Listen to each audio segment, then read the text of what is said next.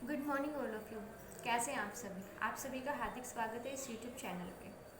तो इस वीडियो में आज हम डिस्कस करने वाले हैं कि हमें हमारे इंटरव्यू के लिए क्या क्या पढ़ के जाना चाहिए, कि एटलीस्ट अगर हम इतना पढ़ के जाएंगे तो हमारा इंटरव्यू अच्छा होने के चांसेस बढ़ जाएंगे।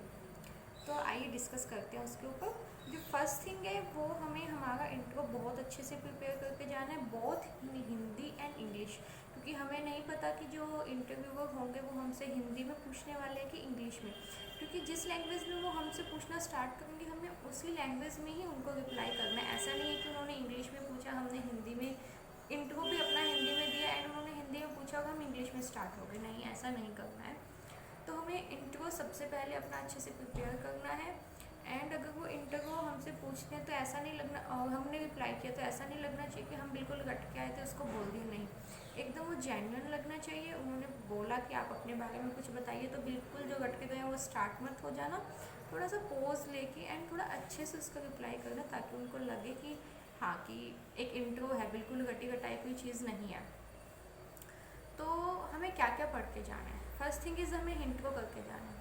सेकंड थिंग इज़ हमें हमारे बारे में एटलीस्ट सब कुछ पता होना चाहिए। हमारे बारे में तो कम से कम पता होना चाहिए, लाइक हमारी हॉबीज़ क्या क्या हैं, हमें क्या करना पसंद है, हमने बैंकिंग साइड ही क्यों ऑप्ट की है, अगर हमारा कोई गैप ईयर है तो वो क्यों है, किस रीज़न से है। तो हमारे बारे में अगर उनका कोई भी क्वेश्चन आता है, क्योंकि जो हमें एक फॉर्मेट दिया जाएगा हमें उसे फिल करना रहेगा, तो वो उसमें से क्वेश्चंस पूछेंगे, जो हमारी इन्फो है उससे रिलेटेड पूछेंगे ही वो। तो हमारे बारे में तो एटलीस्ट हमें किसी भी चीज़ में अटकना नहीं है कि हमें हमारे बारे में नहीं पता, ऐसा तो बिल्कुल भी नहीं होना चाहिए, वो एकदम से गलत इंप्रेशन जाएगा इंटरव्यूअर को। तो हमारे बारे में हमें पढ़ना ही है। सेकंड थिंग इज़ हम जहाँ रहते हैं वहाँ की लोकेलिटी के बारे में हमें सब कुछ पता रहना चाहिए, जैसे कि मेरा टाउन है, मेरी डिस्ट्रिक्ट है, मेरा स्टेट है। बिल्कुल अच्छे से नहीं मैं बोलूँगी कि सब कुछ आप पढ़ के जाना, बिल्कुल आप उठा लेना बुक्स एंड सब कुछ रट के जाना, ऐसा नहीं है। कुछ चीज़ें फेमस होती हैं, लाइक जिस टाउन में मैं रहती हूँ वहाँ पे एक टेम्पल है एंड वो ऐसा है कि उसके बारे में एटलीस्ट मेरे को पता रहना चाहिए, तो उस चीज़ के बारे में आप पढ़ के जाना। या कोई फेमस चीज़ है, कोई पहले कोई घटना हुई है या फिर किसी चीज़ के लिए वहाँ पे वो चीज़ पॉपुलर है, उस चीज़ के लिए जानी जाती है, तो वो चीज़ें आपको पता होनी चाहिए। आप जहाँ रहते हैं तो उसके बारे में आप अच्छे से पढ़ के जाइएगा। फोर्थ थिंग इज़ आपको बैंकिंग के बारे में पढ़ के जाना है। अफकोर्स आप बैंकिंग का इंटरव्यू देने जा रहे हैं, बैंक में सिलेक्शन के लिए इंटरव्यू दे रहे हैं, तो आपको बैंकिंग की बेसिक नॉलेज होनी चाहिए। बिल्कुल डीप में तो आपको नॉलेज नहीं होगी, क्योंकि वो तो जब हम प्रैक्टिकली किसी चीज़ को करते हैं उसकी नॉलेज हमें तभी आती है। लेकिन यस, जो बेसिक बैंकिंग है उसके बारे में आपको पता होना चाहिए, कितने टाइप के अकाउंट्स होते हैं, क्या प्रोसेस होती है, डिपॉजिट्स क्या होते हैं, बैंकिंग की लाइबिलिटीज़ क्या होती हैं, एनपी अकाउंट्स क्या होते हैं, डिफरेंट टाइप के लोन्स, हाइपोथिकेशन, प्लेज लेन, जो बेसिक बैंकिंग है वो आप करके जाइएगा। Fifth thing is banking awareness के बाद आप करंट अफेयर्स को कीजिएगा, क्योंकि हॉट टॉपिक्स को करके जाएंगे तो वो एक आपके लिए प्लस पॉइंट रहेगा, क्योंकि वो बैंकर जो इंटरव्यूअर होंगे वो देखेंगे कि आप आसपास की चीज़ों को लेके कितना अवेयर हैं, आपकी अवेयरनेस कितनी है।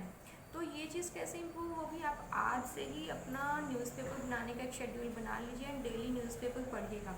उससे क्या होगा कि आप हॉट टॉपिक्स या फिर जो भी अभी न्यूज़ चल रही होगी उससे आप एकदम कनेक्टेड रहेंगे, जो भी वो क्वेश्चंस पूछेंगे आप उनका रिप्लाई दे पाएंगे।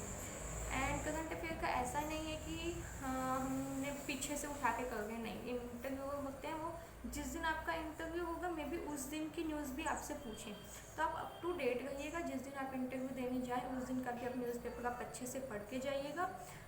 हॉट टॉपिक्स की तो एटलीस्ट बिल्कुल एक भी न्यूज़ आप मत छोड़िएगा, क्योंकि वो आपसे क्वेश्चन पूछेंगे ही उससे रिलेटेड।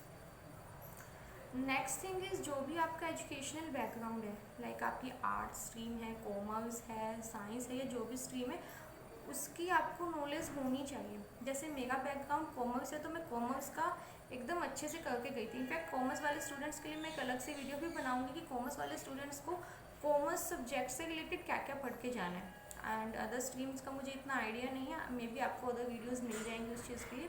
तो अपने सब्जेक्ट की जो भी आपका कोर सब्जेक्ट है उसकी आप एकदम से डीप में नहीं लेकिन नॉलेज रखिएगा, क्योंकि आपके सब्जेक्ट से क्वेश्चन पूछे थे, मैंने इंटरव्यू दिया था, मेरे सब्जेक्ट से भी काफ़ी क्वेश्चंस आए थे, तो वो आप पढ़ के जाइएगा। एंड इसके अलावा इंटरव्यू के टाइम पे वो लोग आपसे कुछ लाइक सिचुएशनल क्वेश्चंस भी पूछते हैं।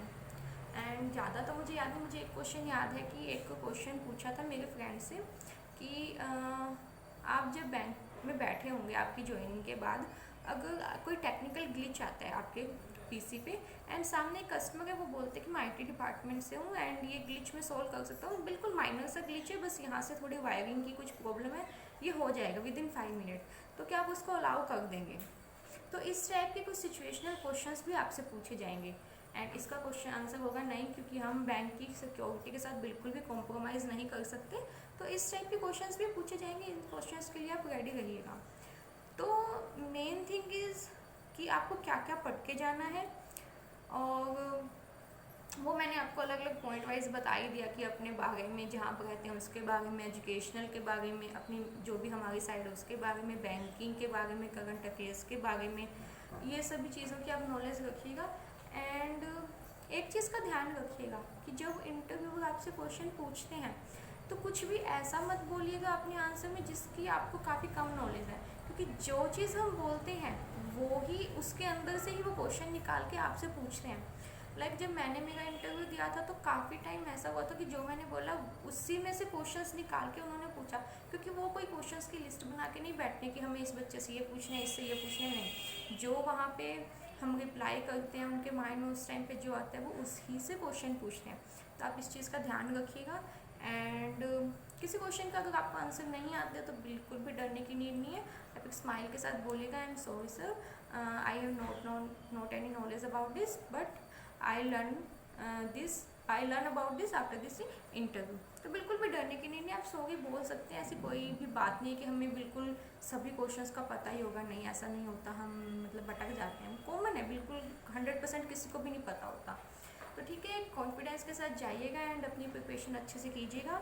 एंड कॉमर्स वाले स्टूडेंट्स के लिए मैं एक अलग से वीडियो बनाऊँगी कि आप एटलीस्ट क्या क्या पोर्शन करके जाएंगे, क्योंकि कॉमर्स वाले स्टूडेंट का थोड़ा सा वाइड रहता है एंड वो बैंकिंग से थोड़ा रिलेट कर पाते हैं, तो थोड़ा सा उनको एक्स्ट्रा देना पड़ेगा। एंड वो भी इंटरव्यूअर भी कॉमर्स वाले स्टूडेंट से जो क्वेश्चन है वो थोड़े से एक्स्ट्रा पूछते ही हैं, तो वो मे भी प्लस पॉइंट ही है, मेरे को तो प्लस पॉइंट ही लगता है, क्योंकि हमारा जो एजुकेशन वाला पार्ट है वो हम स्ट्रॉन्ग करके जाएंगे तो हमारे इंटरव्यू अच्छे होने के चांसेस थोड़े से बढ़ ही जाते हैं। तो उसके लिए मैं अलग से वीडियो बना दूँगी। एंड आपको अगर अपने इंटरव्यू प्रिपरेशन से रिलेटेड कोई भी डाउट है तो आप कमेंट बॉक्स में लिख दीजिएगा। एंड अगर कोई भी क्वेरी है तो आप बिल्कुल लिखिएगा, मेरे पास जितना टाइम होगा मैं रिप्लाई करने का ट्राई करूँगी। And all the best for ये इंटरव्यू, एंड बिल्कुल अच्छा जाने वाला इंटरव्यू, बिल्कुल भी डरने की नीड नहीं है। And thank you so much. Video अच्छी लगे तो लाइक कीजिएगा। Thank you.